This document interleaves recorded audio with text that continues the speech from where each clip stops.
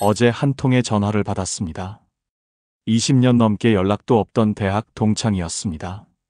전화를 받는 순간 가슴이 철렁 내려앉았습니다. 그 친구는 제가 사업할 때 큰 돈을 빌려간 후 연락을 끊었던 사람이었으니까요. 형, 나야 오랜만이지? 요즘 어떻게 지내? 목소리는 아무렇지도 않았습니다. 마치 어제 만난 친한 친구처럼 말입니다. 저는 그 순간 깨달았습니다. 아, 이 사람은 자기가 나한테 무슨 짓을 했는지 기억도 못하는구나. 아니, 기억하더라도 대수롭지 않게 여기는구나. 전화를 끊고 한참을 멍하니 앉아 있었습니다. 그동안 제가 얼마나 많은 밤을 그 일로 괴로워했는지 그 친구는 알까요? 언젠가 사과라도 받을 수 있을까 기대하며 보낸 시간들이 얼마나 헛된 것이었는지 그제야 알았습니다. 여러분도 혹시 비슷한 경험 있지 않으십니까? 당신을 배신한 사람, 당신에게 상처 준 사람이 아무렇지도 않게 살아가는 모습을 보면서 속이 끓어오른 적 말입니다. 나는 이렇게 힘든데 저 사람은 왜 아무렇지도 않지? 내가 뭘 잘못했길래 이런 일을 당해야 하지? 언젠가는 사과를 받을 수 있을까? 이런 생각들이 머릿속을 떠나지 않으신 분들께 오늘 꼭 해드리고 싶은 이야기가 있습니다. 이제는 그만 놓아주셔도 된다는 것입니다. 화해하지 않아도 괜찮다는 것입니다. 본격적으로 이야기를 시작하기 전에 잠깐만요. 이 채널 우리 세대의 진짜 고민을 함께 나누는 공간입니다. 혼자 소갈이하지 마시고 이 영상이 도움되셨다면 구독, 좋아요도 함께 눌러주시면 더 많은 분들이 위로받을 수 있습니다. 그럼 이제 본격적으로 시작하겠습니다. 우리 세대가 배운 건 이런 것이었습니다. 원수를 사랑하라.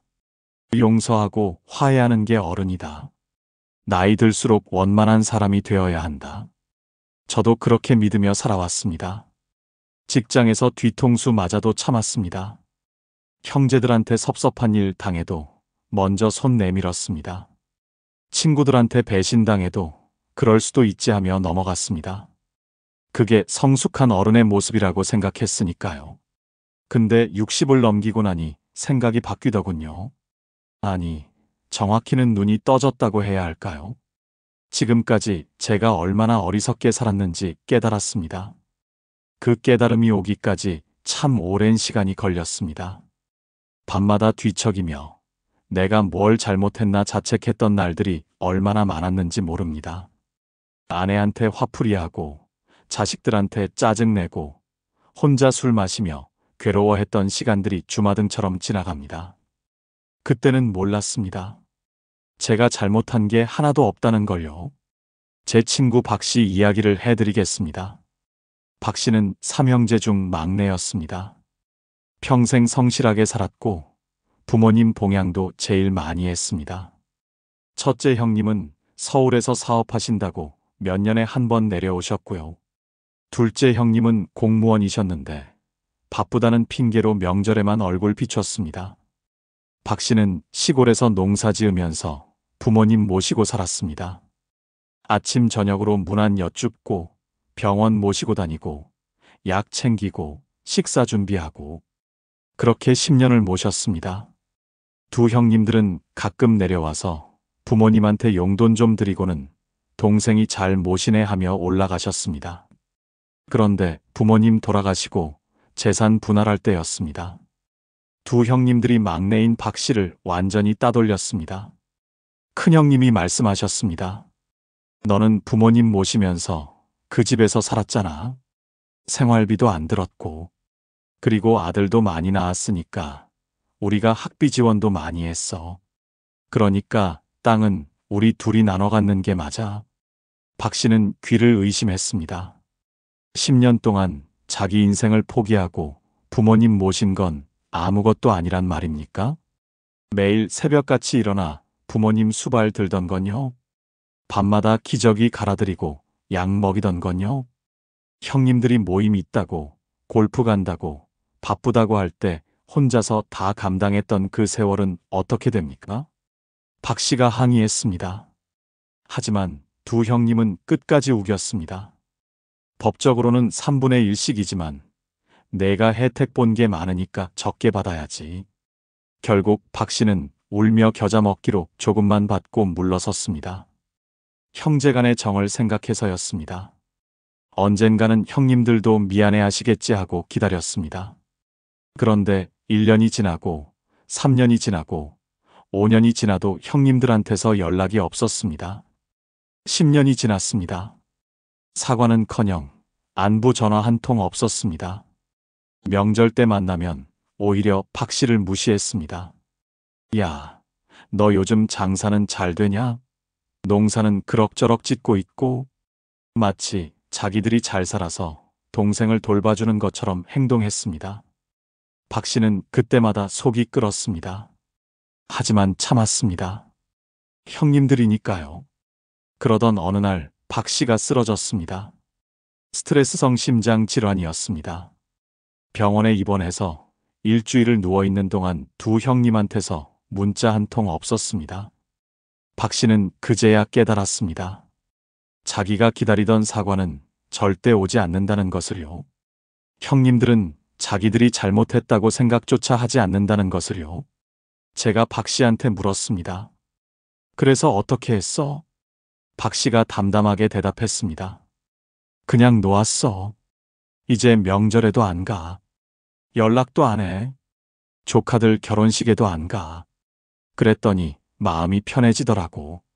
처음에는 주변에서 난리였어. 형제가 무슨 원수냐고, 먼저 풀어야 한다고. 근데 내가 왜 먼저 풀어야 돼? 내가 뭘 잘못했는데? 박 씨 얼굴에는 평화가 있었습니다. 10년 동안 괴로워하던 그 표정이 아니었습니다. 어깨도 펴지고 목소리에도 힘이 있었습니다. 나 이제 진짜 편해. 더 이상 형님들 눈치 안 봐도 되고, 명절 때마다 긴장 안 해도 되고, 그 시간에 내 가족이랑 여행도 가고 친구들도 만나. 왜 진작 이렇게 못했을까 싶어. 이게 답입니다. 상처 준 사람과 억지로 화해하려 애쓰지 마십시오. 기다리지도 마십시오. 그냥 담담하게 놓아버리십시오. 왜 이게 정답일까요? 첫째, 사람의 본성은 쉽게 바뀌지 않습니다.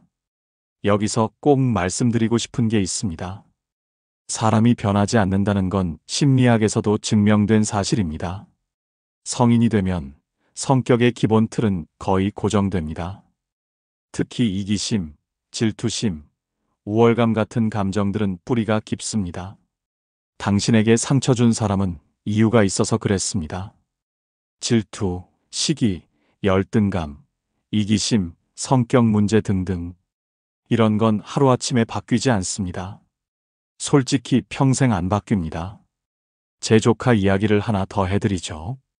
조카는 대기업에 다닙니다. 성실하게 일했고 실력도 있었습니다. 그런데 3년 전 승진 심사에서 탈락했습니다. 대신 후배가 승진했는데 그 후배는 조카가 3년 동안 가르치고 챙겨준 사람이었습니다. 조카는 아쉬웠지만 축하해 줬습니다. 야, 축하한다. 내가 승진한 거 진심으로 기뻐. 술도 사주고 격려도 해줬습니다. 그런데 그 후배가 승진하고 일주일 뒤부터 태도가 확 바뀌었습니다. 회의에서 조카 의견을 무시하기 시작했습니다. 그 방법은 좀 구식 아닌가요? 요즘은 그렇게 안 합니다. 조카가 만든 기획서에 트집을 잡았습니다. 심지어 상사한테 조카를 비판했습니다. 저 선배는 변화를 싫어해서 팀 분위기를 해칩니다. 조카는 충격받았습니다. 3년 동안 밥 사주고, 일 가르쳐주고, 실수하면 감싸주고, 그렇게 챙겨준 후배였는데, 내가 그렇게 잘해줬는데 어떻게 이럴 수가 있어? 조카는 그 후배를 따로 불러 대화를 시도했습니다. 야, 내가 뭘 잘못했니? 솔직하게 말해봐. 우리 오해 풀고 다시 잘 지내자. 그런데 그 후배는 이렇게 말했습니다. 형, 이게 다 회사 생활이잖아요. 저도 실적 내야 하고 인정받아야 하니까요. 감정적으로 받아들이지 마세요. 저한테도 가족이 있고 먹고 살아야 해요. 조카는 그 순간 모든 걸 이해했습니다. 그 후배는 원래 그런 사람이었다는 걸요. 자기 이익을 위해서라면 누구든 밟고 올라갈 수 있는 사람이었다는 걸요. 조카가 아무리 잘해줘도 그 본질은 바뀌지 않았던 겁니다. 조카는 그 후배와의 관계를 완전히 정리했습니다. 업무상 필요한 대화만 하고 개인적인 교류는 일체하지 않았습니다. 깨달았어요. 사람은 안 변해요. 특히 자기 이익이 걸린 문제에서는 절대 안 변해요. 제가 그 친구를 변화시킬 수 있다고 생각한 게 오만이었어요. 이게 현실입니다. 한 번 당신을 배신한 사람은 또 배신합니다. 한 번 당신을 무시한 사람은 또 무시합니다. 이건 편견이 아니라 인간 본성입니다. 특히 그 사람이 당신을 배신하거나 상처 주면서 어떤 이득을 얻었다면 절대 바뀌지 않습니다. 왜냐하면 그 사람 입장에서는 성공한 경험이니까요. 이렇게 하면 내가 이익을 본다는 걸 학습한 겁니다. 심리학에서는 이걸 강화학습이라고 합니다. 보상받은 행동은 반복됩니다. 둘째, 당신의 시간은 유한합니다. 젊었을 때는 몰랐습니다. 시간이 무한히 있는 줄 알았습니다. 나중에 다 풀리겠지 하고 기다릴 수 있었습니다. 하지만 이제 우리는 압니다. 남은 시간이 그리 많지 않다는 걸요. 제 아내 친구 김 씨 얘기를 들려드리겠습니다. 김 씨는 대학 때부터 30년 넘게 친하게 지낸 친구가 있었습니다. 대학 때 같은 동아리에서 만났고 서로 결혼식 들러리도 서주고 아이들 돌잔치도 함께 준비했던 사이였습니다. 그런데 5년 전 그 친구가 김 씨한테 급하게 연락했습니다. 언니, 나 진짜 큰일 났어. 남편 사업이 어려워져서 당장 돈이 필요해. 3천만 원만 빌려줄 수 있어? 6개월 안에 꼭 갚을게. 제발 부탁이야. 전화기 너머로 우는 소리가 들렸습니다. 김 씨는 30년 우정을 생각해서 망설이지 않았습니다. 남편한테도 말하지 않고 자기 예금을 깨서 통장을 털어 빌려줬습니다. 걱정하지 마. 천천히 갚으면 돼. 우리 사이에 돈이 뭐 대수야? 그런데 그 친구가 돈 받고 나서 태도가 확 바뀌었습니다. 처음 한 달은 언니 정말 고마워. 꼭 갚을게 연락이 왔습니다. 2달째부터는 연락이 뜸해졌습니다. 3달째부터는 김 씨가 전화해도 잘 안 받았습니다. 언니 미안. 지금 바빠서. 나중에 다시 전화할게. 만나자고 해도 핑계를 댔습니다. 요즘 너무 정신없어서. 다음에 꼭 만나자. 6개월이 지났습니다. 돈은 한 푼도 안 갚았습니다. 1년이 지났습니다.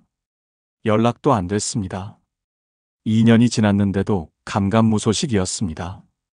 김 씨는 밤마다 괴로워했습니다. 30년 우정이 돈 때문에 이렇게 끝나나? 내가 돈을 빌려주지 말았어야 했나? 어떻게 해야 관계를 회복할 수 있을까? 김 씨는 1년 넘게 고민했습니다. 친구한테 다시 연락해볼까? 돈은 포기하고 우정만이라도 지킬까? 아니면 법적으로 받아낼까? 그러다가 건강검진에서 암이 발견됐습니다. 다행히 초기 위암이었지만 김 씨는 큰 충격을 받았습니다. 수술하고 회복하는 동안 그 친구한테서 연락 한 통 없었습니다. 김 씨가 암 진단받았다는 소식을 친구들을 통해 들었을 텐데도 말입니다.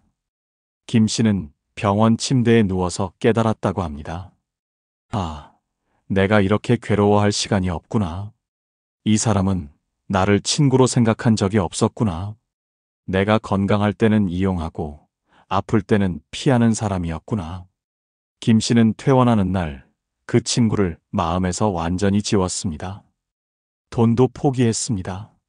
3천만 원이 아까운 게 아니라 30년이 아까웠지만 더 이상 그 생각에 시간을 쓰고 싶지 않았습니다. 그리고 남은 시간을 정말 소중한 사람들과 보내기로 했습니다. 김 씨가 제 아내한테 이렇게 말했답니다. 언니, 암 걸린 게 오히려 다행이야. 덕분에 정신 차렸어. 왜 진작 이렇게 못했을까? 그 친구 생각하며 괴로워하던 시간이 너무 아까워.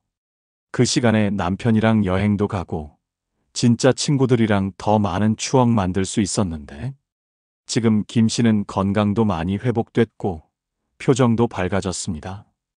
가끔 그 친구 생각이 나긴 하지만 더 이상 마음이 흔들리지 않습니다. 맞습니다. 우리한테 남은 시간은 소중합니다. 그 시간을 누구와 보낼 건가요?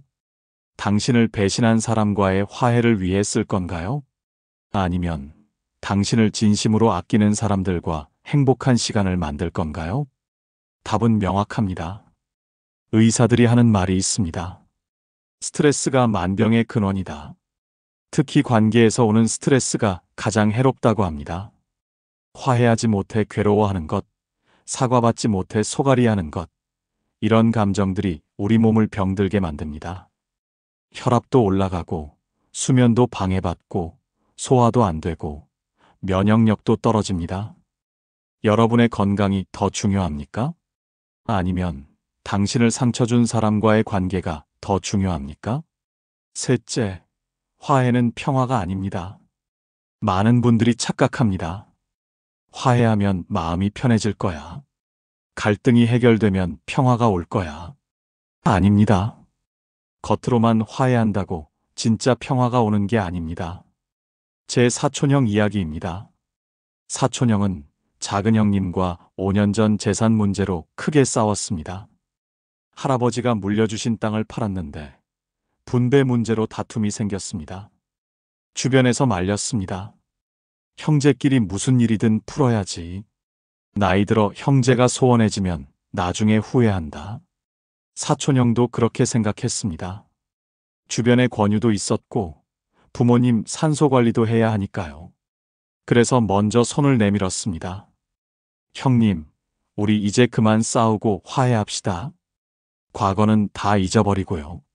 작은 형님도 겉으로는 화해했습니다. 그래, 내가 좀 심했다. 미안하다. 명절에 만나면 같이 술도 마셨습니다. 제사 때도 함께 참석했습니다. 주변에서는 형제끼리 화해해서 다행이다 했습니다. 하지만 사촌형은 편하지 않았습니다.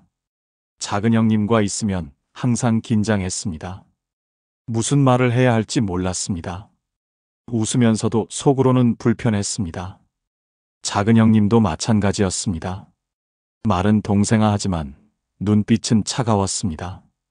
이게 화해인가? 이게 평화인가? 사촌형은 자꾸 이런 생각이 들었습니다. 명절 때마다 위장병이 도졌습니다. 작은 형님 만나기 일주일 전부터 신경이 날카로워졌습니다. 5년을 그렇게 지냈습니다. 겉으로는 화해한 것처럼 보였지만 속으로는 계속 불편했습니다.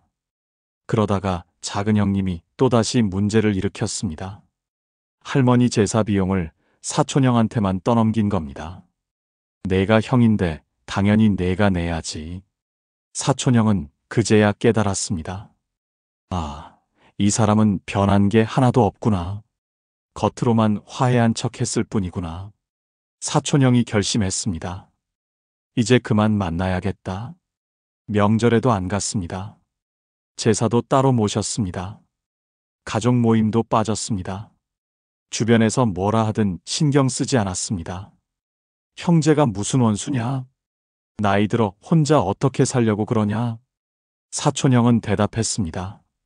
원수는 아닙니다. 하지만 더 이상 같이 있고 싶지 않습니다. 이게 저한테는 평화입니다. 그랬더니 진짜 평화가 왔습니다. 더 이상 작은 형님 눈치 볼 필요가 없었습니다. 억지로 웃을 필요도 없었습니다. 명절 전에 위장병이 도지지도 않았습니다. 사촌형이 제게 말했습니다. 진짜 평화는 거리를 두는 거더라.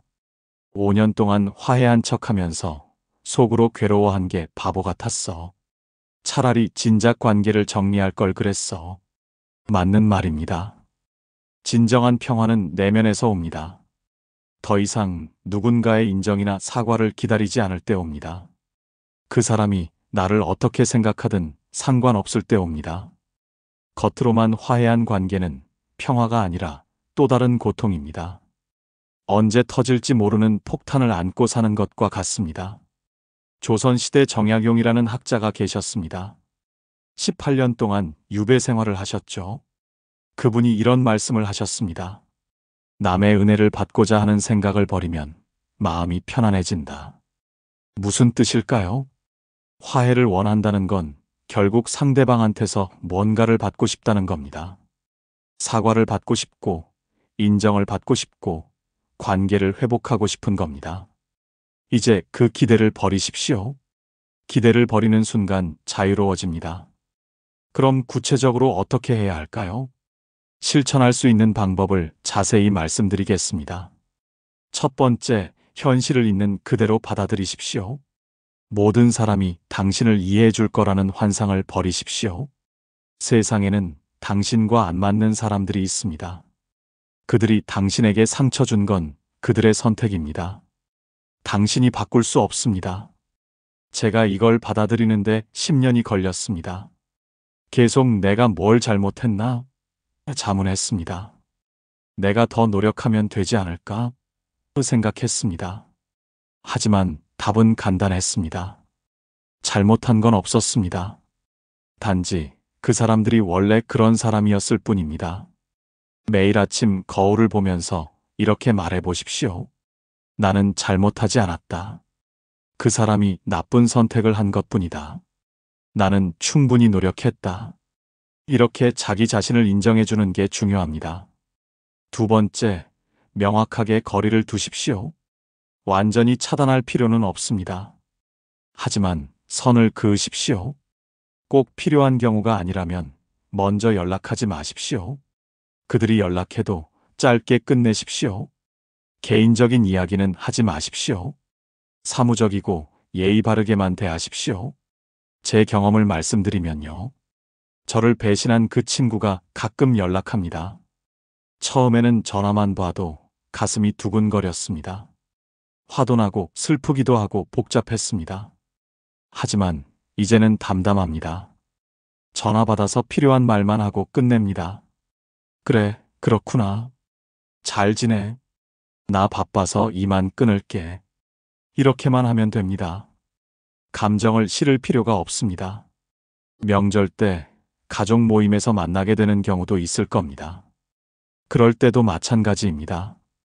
인사는 하되 길게 대화하지 마십시오. 안녕하세요. 건강하시죠? 이 정도면 충분합니다. 억지로 웃을 필요도 없고 친한 척할 필요도 없습니다. 예의만 지키면 됩니다. 세 번째, 그들 앞에서 잘난 척하지 마십시오. 나 이렇게 잘 살고 있어 보여주고 싶은 마음이 있을 겁니다. 저도 그랬습니다. 내가 너 없이도 이렇게 잘 사는 거 봐라 하고 싶었습니다. 하지만 그러면 안 됩니다. 그들한테 인정받고 싶은 마음이 남아있다는 증거니까요. 당신의 행복은 당신을 아끼는 사람들과만 나누십시오. 당신을 상처 준 사람들은 당신의 행복을 진심으로 기뻐하지 않습니다. 오히려 질투하거나 무시할 가능성이 큽니다. 저는 이제 그 친구 앞에서 제 이야기를 하지 않습니다. 자식 자랑도 안 하고, 사업 얘기도 안 하고, 여행 이야기도 안 합니다. 그냥 지내 이것만 말합니다. 그랬더니 훨씬 편해졌습니다. 네 번째, 험담하지 마십시오. 그 사람에 대해 나쁘게 말하고 싶을 겁니다. 저도 처음에는 그랬습니다. 친한 친구들한테 그 사람이 얼마나 나쁜지 이야기했습니다. 하지만 그럴수록 제가 더 괴로워지더군요. 험담은 당신을 그들과 같은 수준으로 떨어뜨립니다. 다른 사람들이 그 얘기를 꺼내도 참여하지 마십시오. 그냥 그런 일이 있었어요 하고 넘어가십시오. 이게 품격입니다. 당신이 더 높은 사람이라는 걸 보여주는 방법입니다. 말하지 않아도 사람들은 압니다.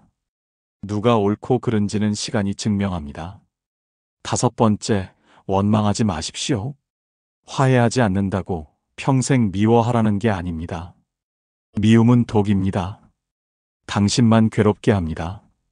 제가 깨달은 게 있습니다. 미워하는 것도 에너지입니다. 그 사람을 생각하는 것 자체가 에너지 낭비입니다. 담담하게 받아들이십시오. 그런 일이 있었구나. 그런 사람이었구나. 이렇게만 생각하십시오. 감정을 실을 필요가 없습니다. 마치 오래전에 본 영화처럼, 남의 이야기처럼 생각하십시오. 여기까지 들으시고 이렇게 생각하실 수도 있습니다. 그래도 가족은 다르지 않나? 그래도 오래된 친구는 다르지 않나? 아닙니다. 가족이든 친구든 마찬가지입니다. 관계의 이름이 중요한 게 아닙니다. 그 관계가 당신을 행복하게 하느냐가 중요합니다. 제 지인 최 씨 이야기를 들려드리겠습니다. 최 씨는 외동딸입니다. 평생 부모님 말씀 잘 듣고 효도했습니다. 결혼해서도 부모님을 자주 찾아뵀습니다. 일주일에 2번은 꼭 친정에 들렀습니다. 명절 준비도 친정과 시댁을 오가며 다 했습니다. 그런데 시어머니가 최 씨를 못마땅해 했습니다. 외동딸이라 버릇없다. 친정만 신경 쓰고 시댁은 무시한다. 며느리 주제에 친정 가는 게 당연한 줄 안다. 사실이 아닌데도 자꾸 그렇게 말했습니다. 최 씨는 시어머니 마음을 얻으려고 무척 애썼습니다. 친정 가는 횟수를 일주일에 1번으로 줄였습니다. 나중에는 한 달에 1번으로 줄였습니다. 시댁 명절 준비는 혼자 다 했습니다. 새벽 4시에 일어나서 음식을 만들었습니다. 시어머니 입맛에 맞춰 요리도 배웠습니다. 어머님, 이거 맛있으세요? 어머님, 제가 뭘 더 도와드릴까요? 항상 낮은 자세로 대했습니다. 그런데 시어머니 태도는 안 바뀌었습니다. 오히려 더 심해졌습니다. 내가 잘하는 게 당연하지. 며느리인데. 이 정도는 해야 시집살이라도 하는 거지. 요즘 며느리들은 다 이렇게 안 해. 최 씨가 아무리 노력해도 인정받지 못했습니다. 시어머니는 항상 뭔가 잘못된 점을 찾아냈습니다. 이 음식은 간이 짜네. 청소는 이렇게 하는 게 아니야. 너는 왜 맨날 피곤해 보이냐? 최 씨는 10년을 그렇게 견뎠습니다. 스스로를 다그쳤습니다. 내가 더 노력하면 돼. 시간이 지나면 인정받을 거야. 그러다가 쓰러졌습니다. 심한 두통과 어지럼증으로 병원에 갔는데 스트레스성 우울증이었습니다. 의사가 말했습니다. 더 이상 무리하시면 안 됩니다. 약물 치료도 필요하지만 가장 중요한 건 스트레스 원인을 제거하는 겁니다. 최 씨는 그때 결심했습니다. 시댁과 거리를 두기로요. 명절에도 안 갔습니다. 남편한테 말했습니다. 당신 혼자 가세요. 저는 이제 못 가겠어요. 전화도 남편이 하게 했습니다. 시댁 일은 일체 관여하지 않았습니다. 주변에서 난리였습니다. 시댁 친척들이 수군거렸습니다. 며느리가 어떻게 그럴 수 있어? 시어머니가 얼마나 속상하시겠어? 요즘 젊은 것들은 버릇이 없어. 하지만 최 씨는 흔들리지 않았습니다. 자기 건강이 더 중요했으니까요. 남편도 처음에는 힘들어했지만 아내의 고통을 보고 나서 생각이 바뀌었습니다. 당신이 맞아. 우리끼리 살자. 2년이 지났습니다. 최 씨는 건강을 회복했습니다. 우울증도 나았습니다. 약도 끊었습니다. 얼굴에 웃음이 돌아왔습니다. 남편도 아내 편을 들기 시작했습니다. 시어머니는 여전히 섭섭해하지만 최 씨는 개의치 않습니다. 최 씨가 제게 말했습니다. 선생님, 이게 제 인생인데 왜 저는 행복하면 안 되나요? 며느리라는 이름 때문에 평생 고통받아야 하나요? 이제는 알았어요. 가족이라고 다 소중한 게 아니에요. 나를 소중히 여겨주는 가족이 진짜 가족이에요. 맞습니다. 이게 당신의 인생입니다. 가족이라는 이름 때문에 평생 고통받을 필요 없습니다. 친구라는 이름 때문에 계속 상처받을 필요 없습니다. 당신의 행복이 가장 중요합니다. 여기서 오해하지 말아야 할 게 있습니다. 모든 관계를 포기하라는 게 아닙니다. 진심으로 뉘우치는 사람이 있다면 다릅니다. 진짜로 변하려고 노력하는 사람이 있다면 기회를 줄 수 있습니다. 하지만 그것도 여러분의 선택입니다. 의무가 아닙니다. 주변 눈치 볼 필요도 없습니다. 정말로 그 관계가 회복될 가치가 있는지 냉정하게 판단하십시오. 진짜 뉘우침과 가짜 뉘우침을 구별하는 방법이 있습니다. 진짜 뉘우치는 사람은 구체적으로 사과합니다.